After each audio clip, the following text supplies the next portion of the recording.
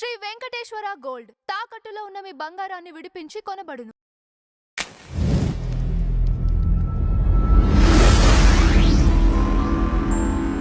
నమస్తే సార్. నమస్కారం సార్, పంతం నానాజీ గారి వ్యాఖ్యలపైన మీ అభిప్రాయం ఏంటి సార్? ఇప్పుడు యాక్చువల్గా గడిచిన కొన్ని సంవత్సరాలుగా వైసీపీ నాయకుడు జగన్మోహన్ రెడ్డి, వాళ్ళ సోషల్ మీడియా, వాళ్ళ సొంత మీడియా, అలాగే వైసీపీ చాలామంది వివిధ హోదాల్లో ఉన్న నాయకులు పవన్ కళ్యాణ్ గారిని ఉద్దేశించి ఆయన వ్యక్తిత్వానికి పాల్పడతా పరిధి దాటిన విమర్శలు చేస్తూ వచ్చారు.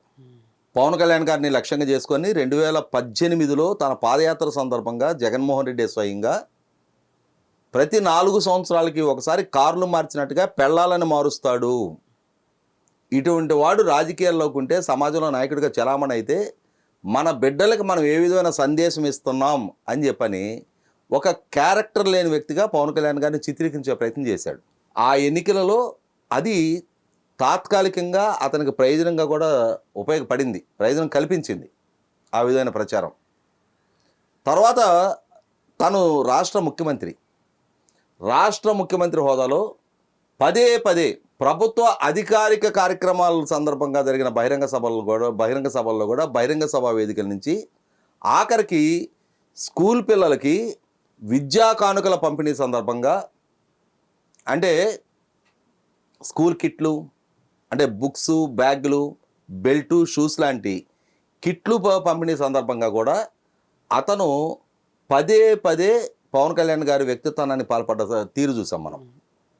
అలాగే ఇప్పుడు కూడా ఓటమి చెందిన తర్వాత ఆ ఓటమికి ప్రధాన కారణం ప్రభుత్వ వ్యతిరేక ఓటు చీలనివ్వను అని చెప్పని పవన్ కళ్యాణ్ గారు తీసుకున్న సంకల్పం.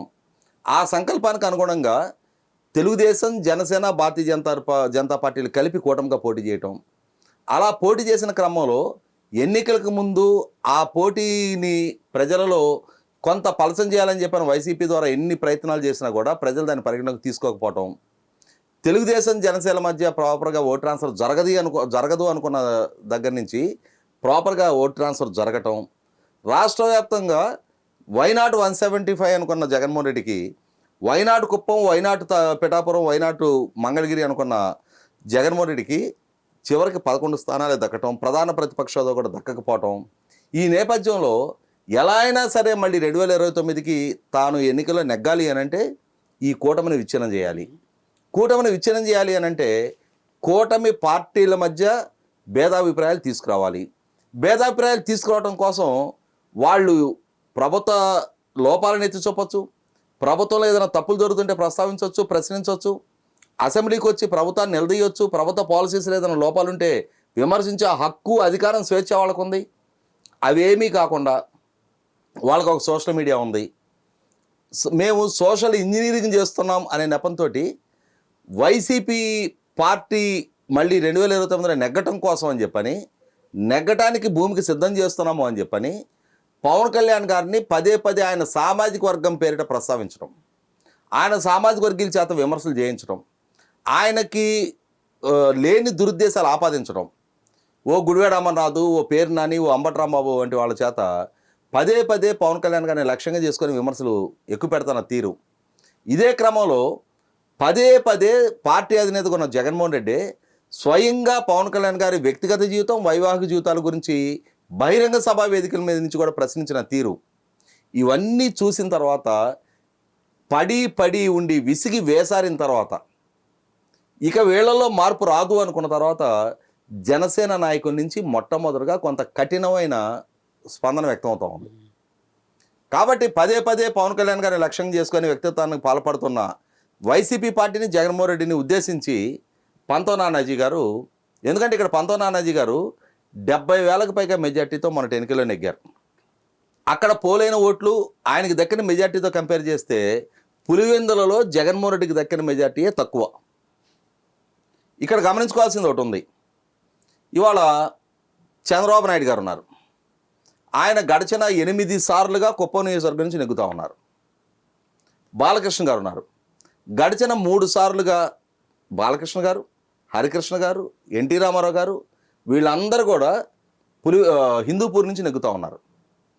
నారా లోకేష్ తాను గడిచిన ఎన్నికల్లో ఓటమి చెందినా కూడా ఈ ఓటమి చెందడానికి ముందు ఒకసారి పూర్వరంగం కూడా గుర్తు చేసుకుంటే 1985లో జరిగిన అసెంబ్లీ ఎన్నికల్లో తప్ప ఆ తర్వాత 1989 నుంచి up to 2019 Telugu Desam party Mangalagiri నియోజకవర్గంలో నెగ్గల.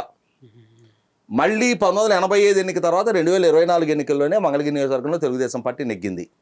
అంటే సామాజిక వర్గ పరంగా చూసుకున్నా పార్టీ క్యాడర్ అంటావా, ఎస్ కుప్పం తెలుగుదేశం పార్టీకి కంచుకోట, హిందూపూర్ తెలుగుదేశం పార్టీకి కంచుకోట. అక్కడ ఎన్టీ రామారావు గారో బాలకృష్ణ గారో చంద్రబాబు నాయుడు గారో వాళ్ళ నియోజకవర్గాల్లో కుల ఈక్వేషన్స్ చూసుకొని అక్కడ పోటీ చేయాల. కానీ జగన్మోహన్ రెడ్డి వాళ్ళ నాయన, వాళ్ళ అమ్మ, వాళ్ళ బాబాయ్ వీళ్ళందరూ పదే పదే అక్కడ వాళ్ళ సామాజిక వర్గీయులు మాత్రమే ఎక్కువగా ఉన్న నియోజకవర్గాన్ని ఎంచుకొని దశాబ్దాల తరబడి అక్కడ మాత్రమే పోటీ చేస్తూ ఉన్నారు. అంటే ఇక్కడ సేఫ్టీ చూసుకుంటున్న కుటుంబం వైఎస్ కుటుంబం, రిస్క్ చేసిన కుటుంబాలు ఎన్టీ రామారావు గారు, చంద్రబాబు నాయుడు గారు. అదే వారసత్వాన్ని కొనసాగిస్తా పవన్ కళ్యాణ్ గారు కూడా. ఆయన పుట్టింది వాళ్ళ నేటివ్ నియోజకవర్గం అయితే మొగల్తూరు నరసాపురం నియోజకవర్గ పరిధిలోకి వస్తుంది. కానీ అటువంటి సేఫ్టీ గురించి ఆలోచన చేయకుండా తాను ఒకసారి భీమవరంలో కంటెస్ట్ చేశారు, ఒకసారి గాజువాకలో కంటెస్ట్ చేశారు, ఓడిపోయారు, రెండోసారి పిఠాపురంలో పోటీ చేశారు. అంటే తనకి స్థానికత కాకున్నా కూడా తాను నియోజకవర్గాన్ని ఎంచుకొని కూటమి బలంతో బ్రహ్మాండమైన మెజార్టీతో గెలిచారు. ఇటువంటి నేపథ్యంలో పంతో నానాజీ గారు ఆయన వైసీపీ అధినేతకి సవాల్ విసిరారు, మీరు వచ్చి పోటీ చేయండి అని. అయితే ఇక్కడ పొద్దుటూరులో ఓడిపోయిన రాచమల్లి శివప్రసాద్ రెడ్డి నేను ఒక వీడియో రిలీజ్ చేశాడు.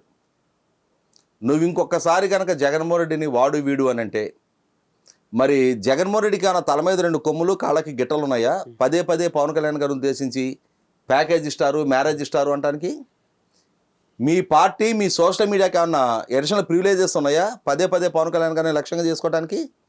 అంటే జగన్మోహన్ రెడ్డి అన్న పైనుంచి దిగొచ్చాడా? మర్యాద ఇచ్చిపుచ్చుకోమన్నారు. సంస్కారంగా నువ్వు వ్యవహరిస్తే నీ ప్రత్యర్థులు కూడా సంస్కారంగా నిన్ను సంబోధిస్తారు. నేను సంస్కారహీనుణ్ణి, నేను సంస్కారహీనపై విమర్శలే చేస్తా, ఆ ప్రస్తావనలే చేస్తా, నాకు మాత్రం మర్యాద ఇవ్వాలి అని చెప్పని ఈ రాజమల్లి శివప్రసాద్ రెడ్డి చెప్పదలుచుకుంటే ఏమంటున్నాడు? బెదిరిస్తున్నాడు. మేము వస్తాం రాజమండ్రి దాకా అని. రా, ప్రయత్నం చేసి చూడు. మేము కడప నా కొడుకులం. ఏం చేస్తావు నువ్వు? కడప నా కొడుకు అయితే ఎవరినేం చేయగలుగుతావు నువ్వు? ఒక ఊరు కరణం, ఒక ఊరికి ఎట్టి అంటారు. నువ్వు పొద్దుటూరులోనే చలన కాసు అని చెప్పని చిత్తుగా నీ నోటిచి అక్కడ కూర్చోబెట్టారు. అట్లాంటిది నువ్వు వెళ్ళి కాకినాడ వెళ్ళి పంతో నానాజీ గారి మీద అక్కడ దౌర్జన్యాలు చేస్తూ ఉంటే అక్కడ ప్రజలు చూస్తూ ఊరుకుంటారా? గతంలో కూడా చూసాం. ఇదే పార్టీకి సంబంధించిన రాజానగరం ఎక్స్ఎమ్మెల్యే, గుంటూరు తూర్పు ఎమ్మెల్యే, గుంటూరు వెస్ట్ ఎమ్మెల్యే గల్లామాధవ్ గారిని ఉద్దేశించి జుట్టు పట్టుకొని ఇడుస్తా అని చెప్పని స్టేట్మెంట్ ఇచ్చాడు. నేను అప్పుడే చెప్పాను, రా ప్రయత్నం చేయి, రా గుంటూరు అడుగుపెట్టి చూసుకుందామని చెప్పాను నేను. ఇప్పుడు ఈ శివప్రసాద్ రెడ్డి కూడా చెప్తున్నాం, రా ప్రయత్నం చేయి, కాకినాడ రా, ఏం చేస్తావో ఏం చేయగలుగుతావో చూద్దాం. లేదు నువ్వు అక్కడి నుంచి ఎందుకు, నీ నాయకులు ఇక్కడే ఉన్నారుగా. నోరు తెరిస్తే బండబుద్ధులు తిట్టిన ద్వారంపూడి చంద్రశేఖర్ రెడ్డి ఉన్నాడుగా, అతన్ని బీకమను.